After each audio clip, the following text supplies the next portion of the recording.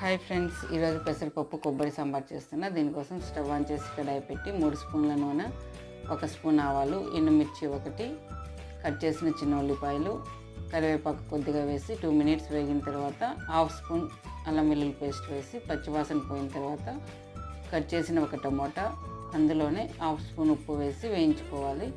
తర్వాత 3 విజిల్స్ వచ్చేంత వరకు ఉడికించుకున్న పెసరపప్పుని ఇందులో వేసి ఇందులోనే పచ్చి కొబ్బరి తురుము 2 స్పూన్లు, 1/2 స్పూన్ పసుపు, 1/2 స్పూన్ గరం మసాలా, 1 స్పూన్ మిరప్పొడి, 2 స్పూన్ల ధనియా పౌడర్, ఉప్పు రుచికి తగినంత వేసి బాగా కలుపుకున్న తర్వాత ఇందులోనే 1 గ్లాస్ నీరు పోసి ఒక 10 నిమిషాలు బాగా ఉడికించాలి.